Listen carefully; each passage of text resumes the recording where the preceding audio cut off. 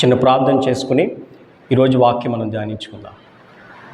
మహోన్నతుడా, మహాపరిశుద్ధుడా, గొప్ప దేవుడా తండ్రి, మీ ఆత్మ ద్వారా, మీ వాక్యం ద్వారా తండ్రి మీరే మాతో మాట్లాడవలసిందిగా, మమ్మల్ని ముందుకు నడిపించవలసిందిగా నజరేయుడైన యేసుక్రీస్తు వారి అతి పరిశుద్ధ నామంలో మిమ్మల్ని ప్రార్థించి బ్రతిమాలి వేడుకుంటున్నాము మా ప్రియ పరలోకపు తండ్రి, ఆమేన్. ఏమండి, ఈ ఆదివార దినమునకు వాక్యాంశంలోకి వెళ్ళే ముందు కొన్ని విషయాలను మీతో పంచుకోవాలని నేను ఇష్టపడుతున్నానండి. అదేంటంటే, ఇప్పుడు మనం ఏ సంవత్సరంలో ఉన్నామండి? 2025వ సంవత్సరంలో మనం ఉన్నాం. మరి గడిచినటువంటి ఈ యొక్క 10 ఇయర్స్ లేదా 15 ఇయర్స్ నుంచి మనం ఆ యొక్క స్టాటిస్టికల్ ఫిగర్స్ మనం చూస్తే, ముఖ్యంగా క్రైస్తవులు లేదా క్రైస్తవ సంఖ్యకు సంబంధించిన ఆ యొక్క స్టాటిస్టిక్స్ని మనం ఖచ్చితంగా మనం చూడాలండి. ఎందుకంటే we can observe a decline in the Christianity from almost 10 to 20 years. గడిచినటువంటి 10-20 సంవత్సరాలు యొక్క స్టాటిస్టిక్స్ని మనం జాగ్రత్తగా గమనించినట్లయితే, ప్రపంచవ్యాప్తంగా క్రైస్తవ్యం యొక్క సంఖ్య తగ్గుతూ వస్తుందండి. There is a decline in Christianity in the world. గ్లోబల్గా ఆ సంఖ్య మనం జాగ్రత్తగా పరిశీలన చేస్తే 2010 నుంచి 2020వ సంవత్సరం వరకు, అంటే సుమారు 10 సంవత్సరాల ఆ యొక్క గ్యాప్లో ప్రపంచవ్యాప్తంగా గ్లోబల్గా క్రైస్తవుల యొక్క సంఖ్య 31 నుంచి 29% పడిపోయిందండి. అదేంటండి, 31కి 29కి 2% కదా అని అంటే, it's a very big number. గ్లోబల్గా మనం తీసుకుంటున్నాం కాబట్టి it's a very big number. అంటే ఒక మెజారిటీ ఆఫ్ ఆ యొక్క డిక్లైన్, ఆ యొక్క సంఖ్య అనేది తగ్గుతూ వస్తుందండి.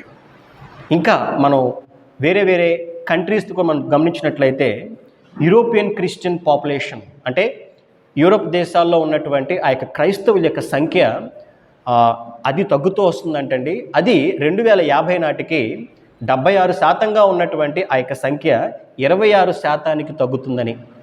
అదేవిధంగా నార్త్ అమెరికాలో ఆల్రెడీ 86%గా ఉన్నటువంటి ఆ యొక్క సంఖ్య 77%గా తగ్గినట్లుగా. అంటే ఇవన్నీ మనం వింటున్నప్పుడు we can understand that there is a serious issue or serious decline in the count of Christianity around the world. ప్రపంచవ్యాప్తంగా క్రైస్తవుల యొక్క సంఖ్య తగ్గుతూ వస్తుందండి. ఇంకా మీకు నేను చెప్తాను.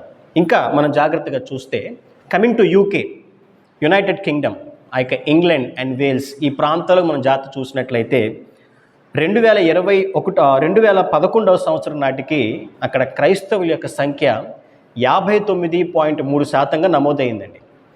2021 అంటే 10 సంవత్సరాలు అయ్యేటప్పటికీ ఆ సంఖ్య 46.2%కి పడిపోయింది. ఎక్కడ? యునైటెడ్ కింగ్డమ్లో, ఇంగ్లాండ్లో, ఎక్కడైతే క్రైస్తవ్యం అనేది ఒకానొక సమయంలో గొప్ప ఉజ్జీవానికి, ప్రపంచానికి క్రైస్తవ్యాన్ని పరిచయం చేసినటువంటి ఆ యొక్క దేశాలు, ఆ యొక్క ప్రాంతాల్లో కూడా ఇక క్రైస్తవ్యం అనేది అది క్రమక్రమంగా తగ్గుతూ వస్తుందండి. ఇంకా మనం చూస్తే France, Australia, Chile, Canada, western Europe, ఇలా అనేక ప్రాంతాల్లో క్రైస్తవుల యొక్క సంఖ్య, క్రైస్తవ విశ్వాసుల యొక్క సంఖ్య తగ్గుతూ వస్తుందండి. ఈవెన్ కమింగ్ టు అమెరికా, మనకి జీసస్ లేదా క్రైస్తవ దేశము అని మన మనసులో అనుకో, మనకు మొదటిగా మనకు గుర్తొచ్చే పేరు అమెరికా కదండి, because it is a Christian country. అలాంటి అమెరికా దేశంలో కూడా క్రమేపీ ఆ యొక్క క్రైస్తవుల సంఖ్య తగ్గుతూ వస్తుందంటండి. ఒకప్పుడు అది 78%గా ఉంటే అరౌండ్ అమెరికా, ఇప్పుడు 62%కి అది తగ్గినట్లుగా కూడా, ముఖ్యంగా యవ్వనస్తులు, ఆ యొక్క అడల్ట్స్ యొక్క ఆ యొక్క పాపులేషన్లో ఆ యొక్క సంఖ్య గణనీయంగా తగ్గినట్లుగా కూడా ఆ యొక్క సర్వే చేసిన వారు తెలియజేస్తున్నారు. మన భారతదేశానికి వచ్చినట్లయితే 2011 నాటి వరకు ఆ యొక్క స్టాటిస్టిక్స్ అనేవి కరెక్ట్గా ఇచ్చారండి. 2011 నాటికైతే మన దేశంలో 2.3% ఆఫ్ పాపులేషన్, 2.3% ఆఫ్ పాపులేషన్ వారు మరి యేసుక్రీస్తు ప్రభువుని నమ్ముకున్నట్లుగా, క్రైస్తవ విశ్వాసులు వారు ఉన్నట్లుగా వారు తెలియజేయడం జరిగింది. ఇవన్నీ వింటున్నప్పుడు మనం అర్థం చేసుకోవాలి, ప్రపంచవ్యాప్తంగా మరి దేవునిపై వారికి కలిగినటువంటి ఆ యొక్క విశ్వాసంలో ఆ యొక్క క్రైస్తవుల సంఖ్య తగ్గుతున్నట్లుగా మనం చూస్తున్నామండి. దీనికి కారణాలు ఏవై ఉండొచ్చు అంటారు? ఏమండి, ఇంత గణనీయంగా గడిచినటువంటి 20 సంవత్సరాల్లోనే ఇంత గణనీయంగా తగ్గడానికి గల కారణాలు ఏవై ఉంటుంటాయి? మరి నా వరకు నేను అనుకునేవి ఏంటంటే, ముఖ్యంగా మొదటిది విశ్వాసాన్ని, దేవునిపై మనుషులకు ఉన్నటువంటి ఆ యొక్క విశ్వాసాన్ని వ్యాపారంగా మార్చే వారి సంఖ్య పెరిగిపోవడం. ఏమండి, ఫెయిత్ని బిజినెస్గా మార్చుకునే వారి సంఖ్య పెరిగిపోవడం వల్ల ఆ యొక్క బిలీఫ్ అనేది తగ్గిపోతుందేమో నాకు అనిపిస్తుంది. ఇంకా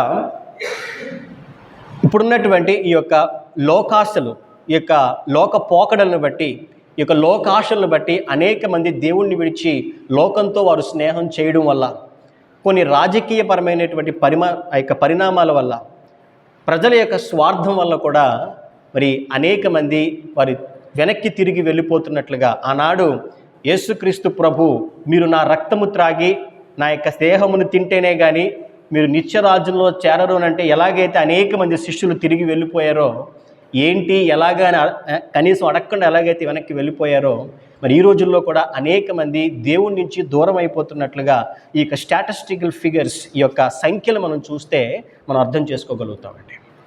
ఈరోజు వాక్యం వింటున్నటువంటి ప్రతి ఒక్కరితోనూ దేవుడు మాట్లాడుతున్నాడు.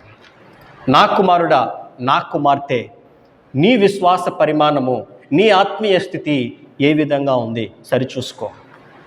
నీలో ఆ మొదటి విశ్వాసం ఇప్పుడు కనిపిస్తుందా? రక్షింపబడినప్పుడు,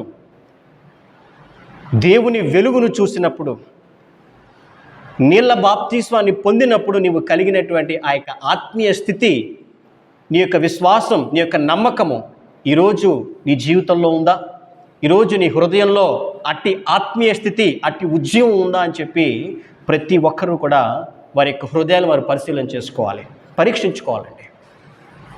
వెన్ వీఆర్ బాప్టైజ్డ్, ఏమండి, ఆ మొదటి ఉద్యమం ఎంతో గొప్పది కదండి.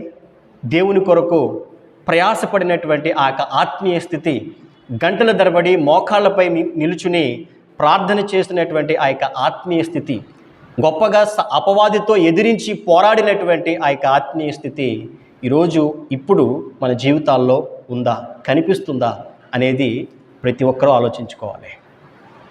ముందుగా ఒక వాక్యం అయితే మనం చదువుకుందామండి. హెబ్రీ పత్రిక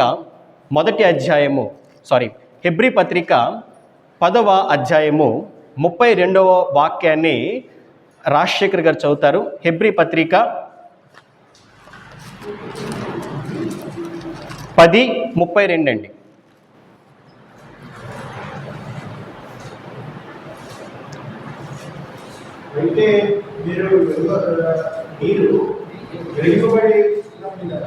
అయితే మీరు వెలిగింపబడిన మీదట శ్రమలతో కూడిన గొప్ప పోరాటము సహించిన పూర్వదినములు జ్ఞాపకము తెచ్చుకొనుడి. Remember those earlier days after you had received the light, when you endured in a great conflict full of sufferings. ఆ మొదటి స్థితి ఎప్పుడైతే దేవుని వెలుగు మన మీద ప్రకాశింపబడిందో, మనల్ని దేవుడు ఆకర్షించాడో, ఆ మొదటి స్థితి, ఆ మొదటి పోరాటము, ఆ మొదటి విశ్వాసమును జ్ఞాపకం చేసుకో నా కుమారుడా, నా కుమార్తె అని చెప్పి ప్రతి ఒక్కరిని దేవుడు కోరుతున్నాడండి. ప్రతి ఒక్కరిని దేవుడు అడుగుతున్నాడు. ఆ మొదటి స్థితిని, ఆ మొదటి ఉజ్జీవాన్ని జ్ఞాపకం చేసుకో. ఎందుకంటే ఈ యొక్క సమయంతో పాటు, కాలంతో పాటు ఆ యొక్క ఉజ్జీవం, ఆ యొక్క విశ్వాసం చల్లారిపోయే స్థితిలో వస్తుందండి. ఇక్కడ కేవలం ఈ ప్రసంగంలో మాత్రమే కాదు నేను చెప్పేది, ప్రపంచవ్యాప్తంగా ఆ చల్లారిపోయిన స్థితి, ఆ కోల్డ్ హార్టెడ్ క్రిస్టియానిటీ అనేది అది బయలుదేరుతుందండి. దేవునిపై క్రమంగా వారి యొక్క విశ్వాసాన్ని పరిమాణం తగ్గిపోతూ వస్తుంది. లోకంపై, లోకాశలపై వారి యొక్క నమ్మకం పెరిగిపోతూ వస్తుందండి. మరికొందరైతే మీరు నమ్ముతారో నమ్మరో, ఇప్పుడున్నటువంటి ఆర్టిఫిషియల్ ఇంటెలిజెన్స్ని వారు దేవుడిగా కొలుస్తున్నారండి కొంతమంది. ఏంటండి, ఆర్టిఫిషియల్ ఇంటెలిజెన్స్ ఈజ్ గాడ్ అన్నట్టుగా వారి యొక్క ఆలోచనలు మారిపోయినాయి. అంటే దేవునిపై నుంచి వారి యొక్క మనస్సు తొలగిపోయి ఈ లోకంలో మనుషులచే నిర్మించబడినటువంటి వాటి మీదే అదే దైవంగా వారు కొలిచేవారు కూడా ఇప్పుడు లేకపోలేదు. మరి ఇలాంటి స్థితిలో మన ఆత్మీయతను, మన విశ్వాసాన్ని కాపాడుకోవాల్సిన బాధ్యత ప్రతి ఒక్కరి మీద ఉంది. నిజంగా చెప్పండి, ఎందరూ ఒక రోజులో ఎంత సమయం మనం ప్రార్థనకి మనం సమయం ఇవ్వగలుగుతున్నామండి? How much time we are giving to pray for the Lord in one day? ఎంత సమయం ఒక రోజులో మనం దేవుని వాక్యం ధ్యానించడానికి మనం సమయం ఇవ్వగలుగుతున్నాం? సమాధానం మీకే తెలుసు. You know the answer. నాకు తెలియదు. ఒక రోజులో మనం దేవునికి ఎంత సమయం ఇస్తున్నాం, ఆయన్ని ప్రార్థించడానికి ఎంత సమయం ఇస్తున్నాం, ఆయన వాక్యం ధ్యానించడం మనం ఎంత సమయం ఇస్తున్నాం అనేది మరి మన హృదయాలు మనం పరిశీలన చేసుకోవాలి. ఏమండి, ఆ మొదటి దినాల్లో మనం కేటాయించుకున్నటువంటి ఆ యొక్క సమయాలు, ఆ యొక్క కమిట్మెంట్స్ ఈరోజు మన జీవితాల్లో ఉన్నాయా? ఒకవేళ ఉంటే చాలా మంచిది, షుడ్ అప్రిషియేట్. ఒకవేళ లేకపోతే ఎందువలన మనం దేవునికి దూరం అవుతున్నాం అనేది ఆలోచించాలి. మన యొక్క నడత, మన యొక్క క్రియలు, మన యొక్క ఆలోచనలు ఎందుకని మారిపోతూ వస్తున్నాయి? ఎందుకని దిగజారిపోతూ వస్తున్నాయి? ఎందుకని మనం దేవునికి దూరం అయిపోతున్నాం? ప్రతి ఒక్కరిని దేవుడు అడుగుతున్నాడు. ప్రతి ఒక్కరితో దేవుడు మాట్లాడుతున్నాడు. నా కుమారుడా, నా కుమార్తె, నా యొద్దకు తిరిగిరా. ఒక నూతన ఉజ్జీవాన్ని కలిగించు, ఒక నూతనమైనటువంటి అగ్నిని పుట్టించు అని చెప్పి ప్రతి ఒక్కరిని దేవుడు కోరుతున్నాడండి. ఎందుకంటే రాబోయే దినాల్లో, అఫ్కోర్స్ ఈ దినాలనే కావచ్చు, మనం అంచె దినాల్లో మనం జీవిస్తున్నామండి. వీఆర్ లివింగ్ ఇన్ ద మనం ఇప్పుడు జీవిస్తున్నామండి ఎండ్ టైమ్స్లో, ఆ యొక్క అంచె దినాల్లో మనం బ్రతుకుతున్నాం. ఆమోసు గ్రంథంలో దేవుడు ఒక వాక్యం చెప్తున్నాడండి. అదేంటంటే ఆమోసు గ్రంథం 8వ అధ్యాయము 11 మరియు 12 వాక్యం మనం చదువుకుందామండి. ఆమోసు గ్రంథం 8వ అధ్యాయము 11 మరియు 12 విమల గారు చదవండి.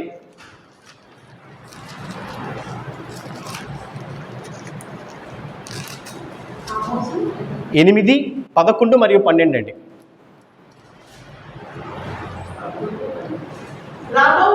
రాబో దినముల యందు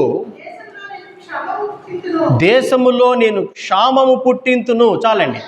ఏమండి, దేవుడు అంటున్నాడు రాబో దినముల యందు దేశములో ఆయన ఏం పుట్టిస్తానంటున్నాడు? క్షామము. చదవండి. అది అన్నపానములు లేకపోవట చేత కలుగు క్షామము కాక యెహోవా మాటను వినకపోవట వలన కలుగు క్షామముగా ఉండును. ఇదే యెహోవా వాక్కు. కాబట్టి జనులు యెహోవా మాట వెదుకుటకై ఈ సముద్రము నుండి ఆ సముద్రము వరకును, ఉత్తర దిక్కు నుండి తూర్పు దిక్కు వరకును సంచరించుదురు కానీ అది వారికి దొరకదు.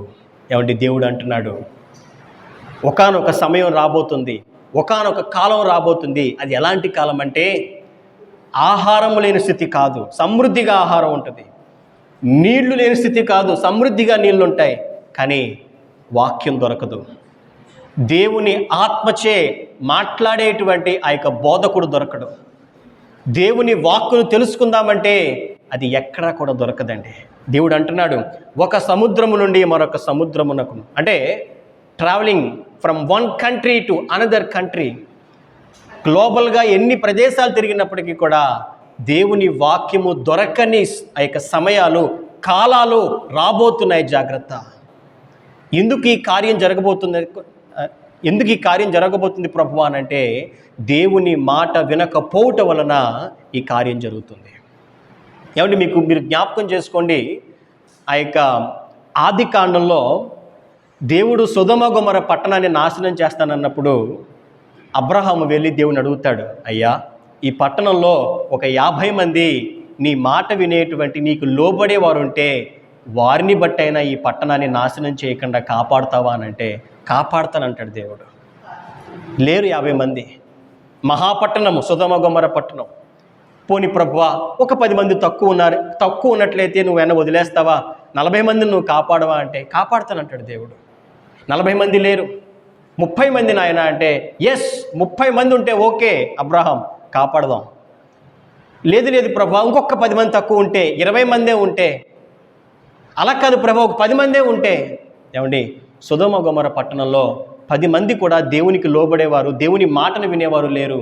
ఆ పట్టణం కాల్చివేయబడింది, బూడిద కూడా అక్కడ మిగలలేదండి. ఈరోజు ప్రతి ఒక్కరితోనూ దేవుడు మాట్లాడుతున్నాడు. దేవుని మాటను వినకుండా, దేవుని న్యాయ విధిని అంగీకరించకుండా, దేవునికి లోబడకుండా ఎవరైనా జీవించినట్లయితే అదే పెద్ద క్షామము, అదే పెద్ద వ్యాధి, అదే పెద్ద కరువు అండి. ఈరోజు దేవుని మాటని విననటువంటి వారి సంఖ్య పెరుగుతూ వస్తుంది. ఎక్కడైతే ఈ యొక్క విశ్వాసుల సంఖ్య తగ్గుతుంది అని అంటే, దేవుని మాటను పెడచెవిన పెట్టే వారి సంఖ్య, దేవుని మాటను వినని వారి సంఖ్య పెరుగుతుందని అర్థం అండి. ఇది దేనికి సూచన తెలుసా అండి? రాబోయే కాలంలో దేవుని వాక్యము అందదు అనే దానికి సూచన. కాబట్టి ప్రతి ఒక్కరూ, ఈ వాక్యం ఉంటున్న ప్రతి ఒక్కరూ, అది విశ్వాసం అవనివ్వండి, అది ఒక సేవకుడు అవనివ్వండి, ఒక యవ్వనస్తుడు అవనివ్వండి, మేల్కోవాల్సినటువంటి సమయం వచ్చింది. ఒక మేల్కొల్పుగా మన యొక్క ఆత్మీయ స్థితిని ఉజ్జీవింప చేసుకోవాల్సిన స్థితిని మనం తీసుకురావాల్సిన స్థితి మనకు వచ్చిందండి. మనం అందరం మేలుకోవాలి. ఏ ప్రార్థన అయితే మనం విడిచిపెట్టేస్తామో, ఏ వాక్య ధ్యానాన్ని అయితే సమయం లేకు ఇంకొక కార్యత మనం పక్కన పెట్టేస్తామో, వాటిని మరలా చేపట్టేటువంటి సమయం వచ్చిందని ప్రతి ఒక్కరితోనూ దేవుడు మాట్లాడుతున్నాడు. మీకు గుర్తుందా? ఒక ఇజ్రాయేలు రాజు 8 సంవత్సరాల వయసులోనే రాజుగా పట్టాభిషిక్తుడైనటువంటి ఆ రాజు పేరేంటండి? యెహోయాకీం అనుకుంటండి. ఆ రాజు 8 సంవత్సరాల వయసులో మహారాజు అయ్యాడు. ఎప్పుడైతే దేవుని గ్రంథము అతను ఎక్కగానే ఏ విధంగా అయితే దావీదు దేవునికి లోబడి ఆ యొక్క రాజ్య పరిపాలన చేశాడో, అదే విధంగా దేవునికి లోబడి ఆ వ్యక్తి రాజ్య పరిపాలన చేశాడండి. ఆ ఒక్క రాజును బట్టి ఆ పట్టణం నాశనం అవ్వకుండా, ఆ పట్టణం శత్రువుల చేతిలో పడకుండా దేవుడు కాపాడినట్లుగా మనం బైబిల్లో చూస్తాం. యోషియా. మరి మన జీవితాల్లో ఒకవేళ మనం దేవునికి లోబడేవారమైతే, దేవుని మాటను నిజంగా మనం దానికి లోబడి వెంబడించేవారం అయితే, మనని బట్టి మన ప్రాంతాన్ని దేవుడు కాపాడతాడండి.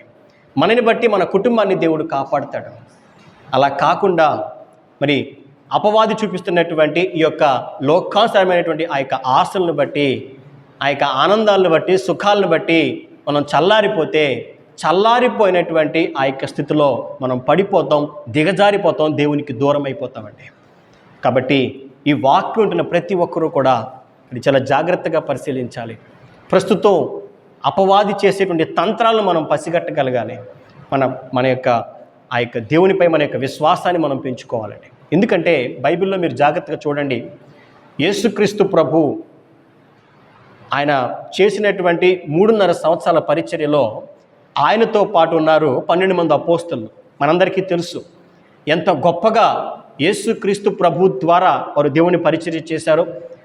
ఏమండి, అనేక మంది వారు స్వస్థపరచడం, వారు ఆజ్ఞాపిస్తే దురాత్మలు వదిలి వెళ్ళిపోవడం, ఇలాంటి ఎన్నో గొప్ప కార్యాలు ఆ కాలంలో వారు జరిగించారండి.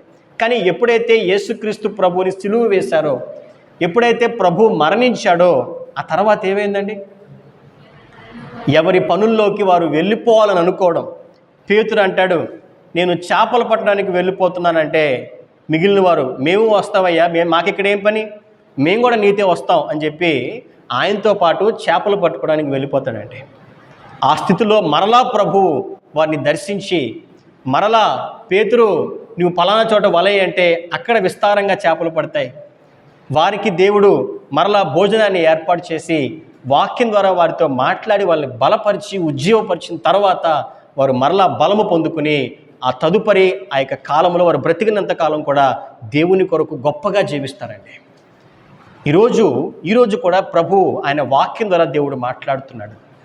ఎవరైతే చల్లారిపోయిన స్థితిలో, కాంప్రమైజింగ్ స్పిరిట్లో ఆ యొక్క లోకానుసారంగా మరలా వారు జీవిస్తున్నారో, ఒకప్పుడు దేవుణ్ణి నమ్ముకుని ఒకప్పుడు ఉజ్జీవం కలిగి ప్రార్థించిన వారు ప్రార్థనే చేయలేనటువంటి స్థితిలోకి పడిపోయారో, మీతోనే దేవుడు మాట్లాడుతున్నాడు. మనం మరలా తిరిగి లేవాలి. ప్రతి ఒక్కరిని దేవుడు పిలుస్తున్నాడు. నా కుమారుడా, నా కుమార్తె, లెమ్ము, నా యొద్దకు రమ్ము.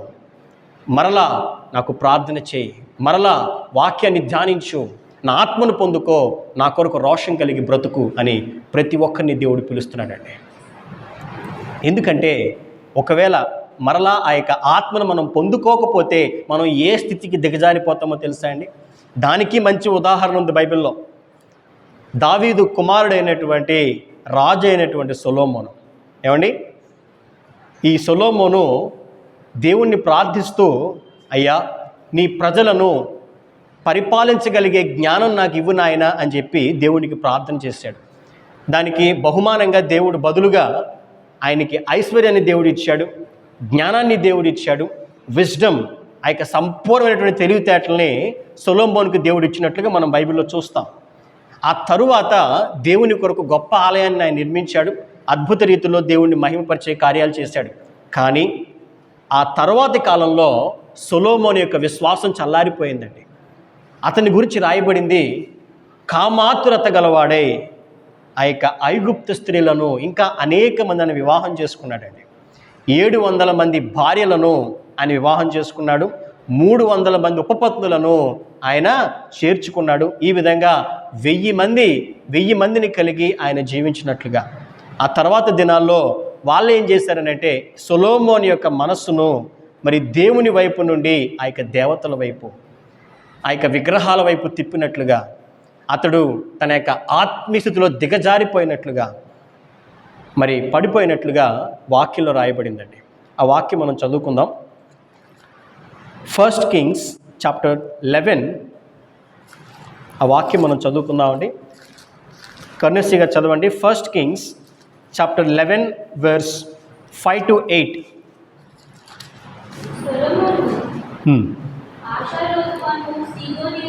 సొలొమోను అష్టారోతు అను సీదోనీయుల దేవతను, మిల్కోము అను అమ్మోనీయుల హేయమైన దేవతను అనుసరించి నడిచెను. ఈ ప్రకారము సొలొమోను యెహోవా దృష్టికి చెడు నడత నడిచి తన తండ్రి అయిన దావీదు అనుసరించినట్లు యథార్థ హృదయముతో యెహోవాను అనుసరింపలేదు.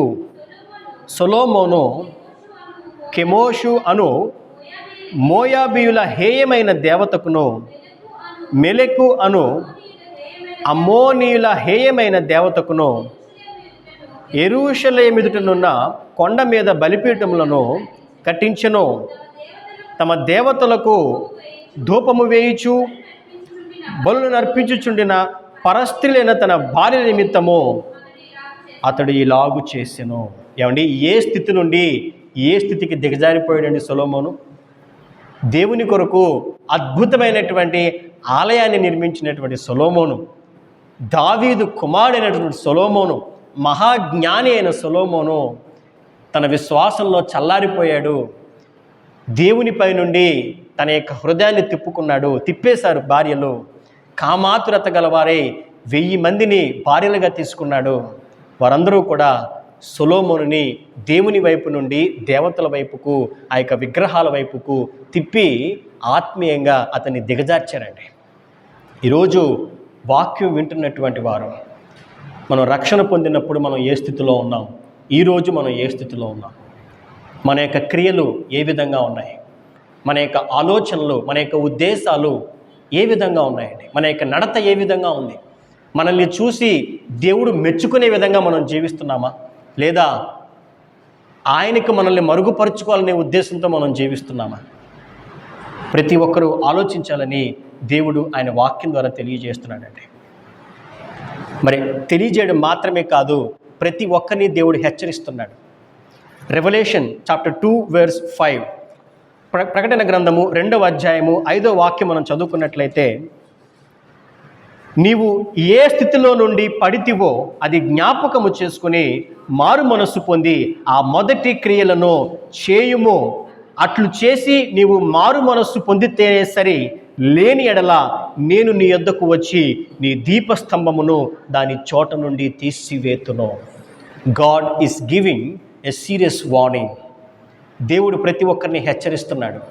ఎవరైతే వారి విశ్వాసంలో చల్లారిపోయి వారి యొక్క నీతి న్యాయాల్ని పక్కన పెట్టి అన్యాయంగా వారు జీవిస్తున్నారో, దేవునికి విరోధమైన కార్యాలు వారు చేస్తున్నారో వారందరితోనే దేవుడు మాట్లాడుతున్నాడు. నీవు నీ మొదటి స్థితిని జ్ఞాపకము చేసుకుని ఆ మొదటి క్రియలను చేయి, లేకపోతే నేను వచ్చి నీ దీపస్తంభమును దాని చోట నుండి తీసివేతును అని స్పష్టంగా దేవుడు చెప్తున్నాడండి. ఇంకా సమయం మించిపోలేదు, ఇంకా ఆలస్యం కాలేదు, ఇంకా మనం సజీవ లెక్కలోనే ఉన్నాం, ఇంకా మనం బ్రతికే ఉన్నాం. దాని అర్థం ఇంకా మనకి దేవుడు సమయం ఇచ్చాడని అర్థం అండి. కాబట్టి ఈరోజు ఈ క్షణం మనం పశ్చాత్తాపడదాం. మనం చల్లారి పరిస్థితుల్లో మనం ఉండొద్దు. మనం అపవాది చేతుల్లో తోలుబొమ్మలుగా మనం ఉండకూడదండి. దేవుని కొరకు రోషం కలిగి మనం నిలబడదాం. మనం ప్రార్థన చేద్దాం, కమిట్మెంట్ తీసుకుందాం. ప్రతిరోజు 1 గంట మనం దేవునికి ప్రార్థన చేసే కమిట్మెంట్ మనం తీసుకుందామండి. ప్రతిరోజు కొంత సమయం దేవుని వాక్యాన్ని ధ్యానించేటువంటి ఆ యొక్క కమిట్మెంట్ని మనం తీసుకుందాం. దాన్ని బట్టి మనం ముందుకు వెళ్దాం, మరలా ఉజ్జీవింపబడదాం. మనం మాత్రం ఉద్యోగం పొందడం కాదు, మన ద్వారా అనేక మందిని మనం వెలిగిద్దాం. ఆ వెలుగులో మరి దేవుని వైపు మనం ప్రయాణం చేద్దామండి. లేకపోతే మరొక వాక్యాన్ని కూడా దేవుడు చూపిస్తున్నాడు. మత్తయి సువార్త 3వ అధ్యాయము 10వ వాక్యంలో. మణి గారు చదువుతారా? మత్తయి సువార్త 3వ అధ్యాయము 10వ వాక్యం అండి.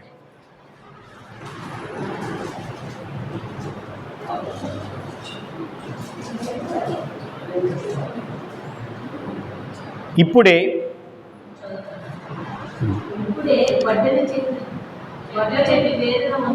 గొడ్డలి చెట్ల వేరన ఉంచబడి ఉన్నది గనుక మంచి ఫలము ఫలింపని ప్రతి చెట్టును నరకబడి అగ్నిలో వేయబడును. మారు మనస్సు నిమిత్తము నేను నీళ్లలో చదవండి. ఆ వాక్యం అక్కర్లేదండి, 10వ వాక్యం చాలు. అక్కడ రాయబడింది స్పష్టంగా, ఇప్పుడే గొడ్డలి చెట్ల వేరను ఉంచబడి ఉన్నది గనుక మంచి ఫలము ఫలింపని ప్రతి చెట్టును నరకబడి అగ్నిలో వేయబడును. మనం మంచి ఫలాలను ఫలించాలి. ఏమండి, ఫలించకుండా ఉంటానంటే కుదరదు. ఏమండి, అలా స్టాగ్నెంట్గా ఉంటానంటే ఆ చెట్టు నరికి వేయబడుతుంది. గొడ్డలి దాని వేరు దగ్గరే దేవుడు పెట్టాడు. మంచి ఫలము ఫలింపని ప్రతి చెట్టును నరికి వేస్తానని చెప్పి దేవుడు ఖచ్చితంగా చెప్తున్నాడండి. కాబట్టి మన జీవితాల్లో మన యొక్క ఆత్మీయ స్థితి ఏ విధంగా ఉందో, మన యొక్క విశ్వాసం ఏ విధంగా ఉందో మనం పరిశీలన చేసుకుందాం. ఆ మొదటి దినాలను మనం జ్ఞాపకం చేసుకుందాం. విశ్వాసంలో మనం ఉజ్జీవింపబడినటువంటి ఆ దినాలను మనం జ్ఞాపకం చేసుకుందాం. అతి రీతిగా మరలా మనం ఒక మంచి కమిట్మెంట్స్ మనం తీసుకుందాం. దేవుని కొరకు రోషం కలిగి మనం నిలబడదాం. దేవుని కొరకు నమ్మకమైన సాక్షులంగా మనం జీవిద్దాం. దేవుడు తన పరిశుద్ధ వాక్కును దీవించి ఆశీర్వదించునుగాక. ఆమేన్. ప్రార్థన చేసుకుందామండి. మహోన్నతుడైన మా తండ్రి, మా ప్రియ పరలోకపు ప్రభువా, మీ పరిశుద్ధ గల నామానికి లెక్కలేని స్తోత్రాలు, కృతజ్ఞతలు తెలియజేసుకుంటున్నాము నాయన. తండ్రి, విత్తబడినటువంటి ఈ వాక్యము మా హృదయాల్లో నాటబడి ఫలింపజేయుటకు సహాయం అనుగ్రహించండి నాయన. దేవా, ఆ మొదటి దినాలను, ఆ మునుపటి దినాలను పోరాటం చేసినటువంటి ఆ యొక్క ఉజ్జీవంతో ప్రార్థించినటువంటి ఆ యొక్క విశ్వాసంతో ముందుకు అడుగు వేసినటువంటి ఆ యొక్క దినాలను జ్ఞాపకము చేసుకుని నాయన, ఎవరెవరైతే చల్లారి పరిస్థితుల్లో వారు పడి ఉన్నారో ప్రభువా తల్లి, వారందరికీ మరలా ఉజ్జీవాన్ని కలిగించండి నాయన. తండ్రి, ఈరోజే ఈ క్షణమే తండ్రి మా యొక్క స్థితిని బట్టి మేము పశ్చాత్తాపడుతున్నాం నాయన. మమ్మల్ని క్షమించండి తండ్రి. మమ్మల్ని మరలా ఉజ్జీవపరచండి ప్రభువా. మేము వెలిగించబడి అనేక మందిని వెలిగించలాగున మా అందరికీ నీ సహాయం అనుగ్రహించవలసిందిగా తండ్రి, మీరే మహిమ పొందవలసిందిగా నాయన. నజరేయుడైన యేసుక్రీస్తు వారి అతి పరిశుద్ధ నామంలో మిమ్మల్ని ప్రార్థించి బ్రతిమాలే వేడుకుంటున్నాము మా ప్రియ పరలోకపు తండ్రి. Amen, amen, amen. అందరికీ వందాలండి.